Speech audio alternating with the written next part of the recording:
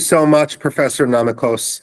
Let me start by saying that too often the Americans, at least, but many others as well, in the name of liberalism, in the name of political correctness, develop historical amnesia about the problems that exist, the roots of those problems, and so forth. In 1946, the intelligence office of the Department of War in the United States, that's the predecessor to the Defense Intelligence Agency, was charged by its leaders with determining what the greatest over-the-horizon threat to American national security would be now that World War II was over, that Nazism, fascism, and the Japanese army had been defeated. And they came up with two answers to what the threats would be. One was communism. And of course, that was pretty obvious at the time, given what was happening in Manchuria, given what was happening in Azerbaijan. But the other one was global Islamism. Now, the reason why I cite this is 1946 was a year before the partition of Palestine, 2 years before the creation of the State of Israel. And of course, it was also prior to the partition of India.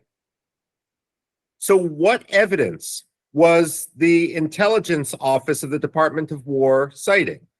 And what they were looking at was what was going on in Egypt, specifically with regard to the Muslim Brotherhood.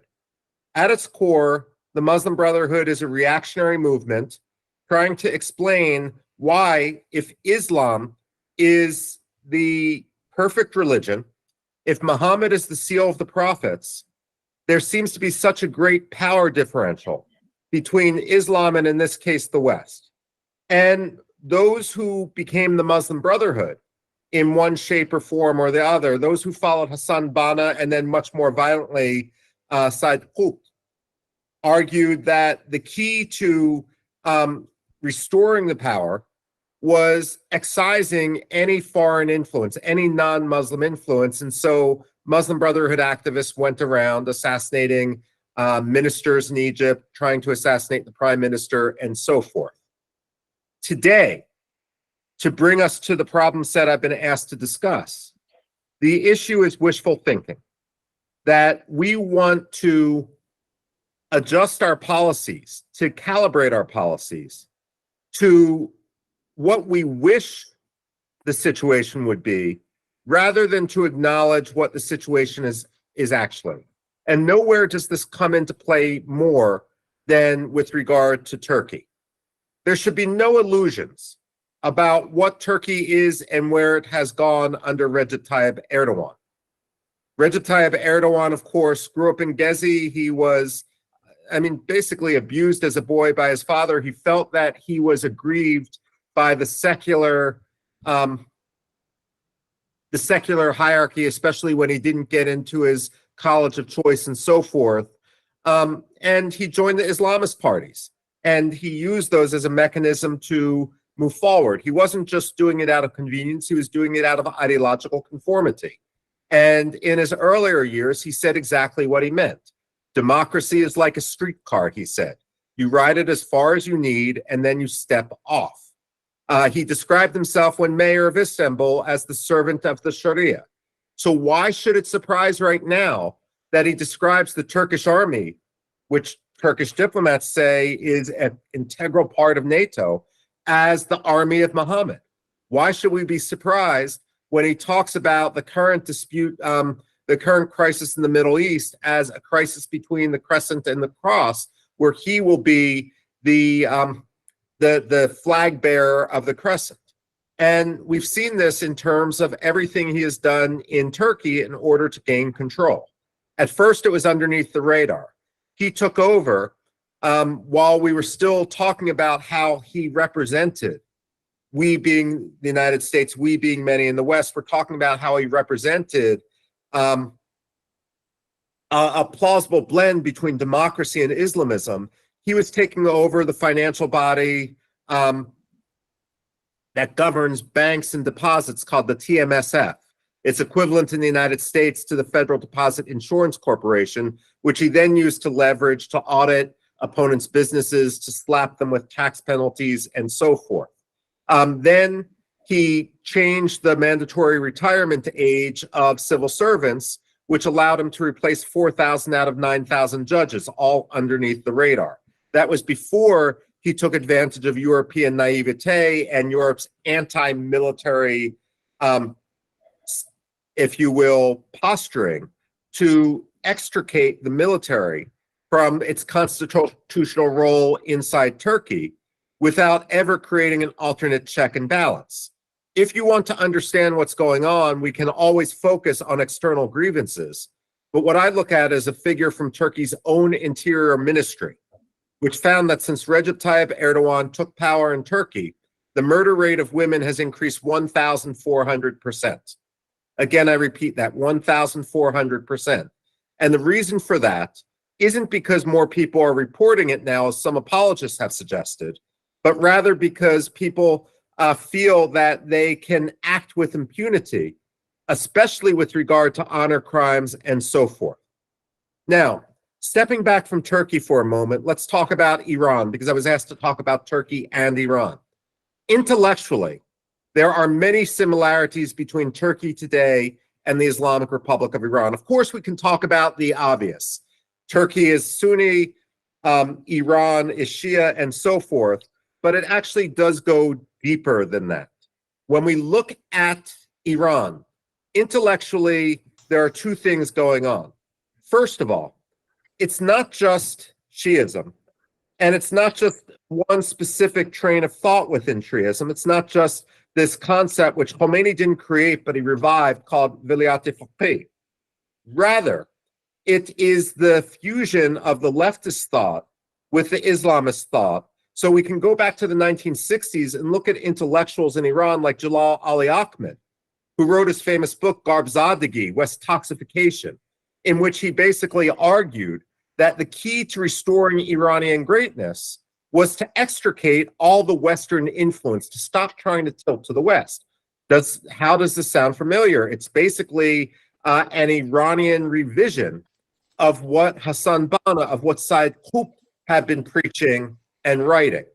And so we see this notion within Iran that's merging a very minority but still potent strain within Shiism with this anti-Western intellectual leftist state-sponsored socialist approach, which is similar to what we've seen in Turkey as well. And again, in Turkey, the Muslim Brotherhood isn't natural to Turkey. When we look at what's happened in Turkey, for example, up until around 2013, it was an undeclared war on the Kemalists, on the secularists. Then Erdogan turned on his partner in crime, Fethullah Gulen. Well, what was the difference between Erdogan and Gulen? Both were Islamists. Erdogan came from a Muslim Brotherhood background. Gulen came from a more traditional Sufi Anatolian background. And once they got rid of their common enemy, it became the Muslim Brotherhood's goal to try to eliminate any of the theological competition that they faced on the home front. And again, we see that with Iran. Again, the majority, if we look at the practice of paying khums, where people pay their money to within Shiism, we find that most prefer someone like Grand Ayatollah Ali Sistani. Yet, whenever we have any quietist ayatollahs in Iran, and there are many, they end up in house arrest. So just like there's the intellectual theological purge inside Turkey, you have the same thing going on in Iran. And you guys all know the joke about the intellectual purge in Turkey, about one of these political prisoners who has been sentenced to 20 years in prison. He decides that he's going to go into the prison library and get some books out of the prison library. He gives the prison librarian a list of books he'd like to take out. The prison librarian looks over carefully and says, "Oh, I'm so sorry. We don't have any of these books. We only have the authors." Now, when we look at state sponsors of terrorism, the most dangerous time is now. As we have the revival of these movements, as we give so many of these movements a free pass, because again, we want to calibrate our diplomacy to wishful thinking. We've seen that with the United States and Turkey. Frankly, we've also seen that to a much greater degree with regard to Israel and Turkey. With regard to the the development of Turkey's indigenous military. They've been quite open about that.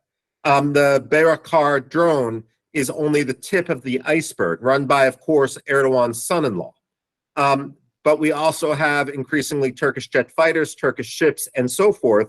And Turkey is quite open about how they are going to use those in the course of its ideological and foreign policy agenda.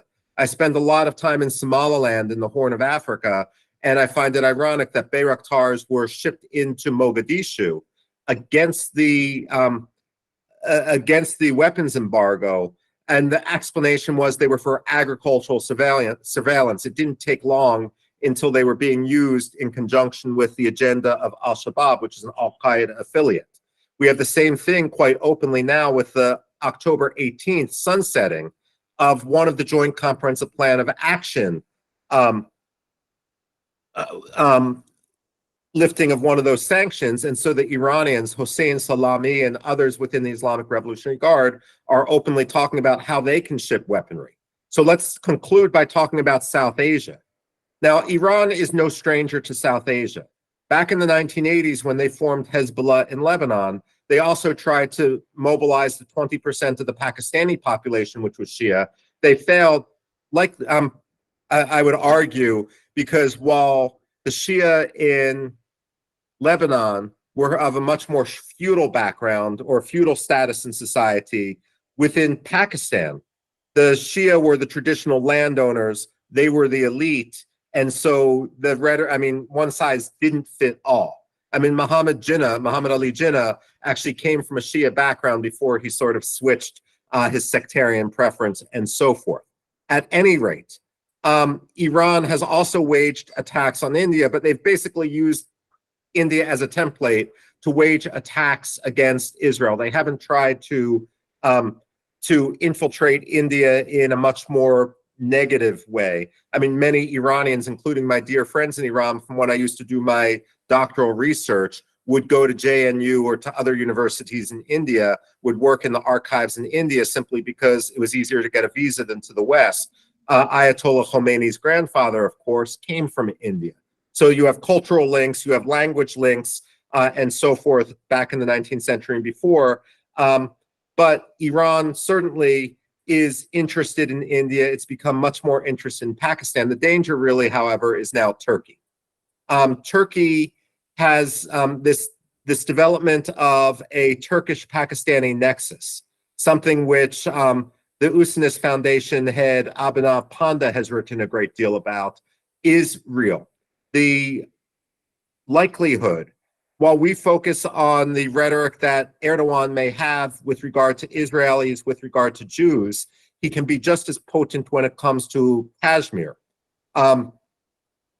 And there is a growing danger that the weaponry which Turkey will send to Kashmir will not simply be small arms, but will increasingly be the same sort of drones which they've sent to Al-Qaeda in Somalia, which Abiy Ahmed has used against the Tigray in Ethiopia, which have overflown Greek islands and are based in occupied northern Cyprus, that are being used every day against the Yazidis. When I went to when I went to Sinjar in Iraq with the United Nations High Commissioner for Refugees, we had to be gone before certain times so that we wouldn't be targeted, our UN convoys wouldn't be targeted by Turkish drones. This is increasingly going to be a problem in India. And let me just conclude by saying, when you have something such as occurred with the pogrom on October 7th in Israel, it's such a new standard for terrorism.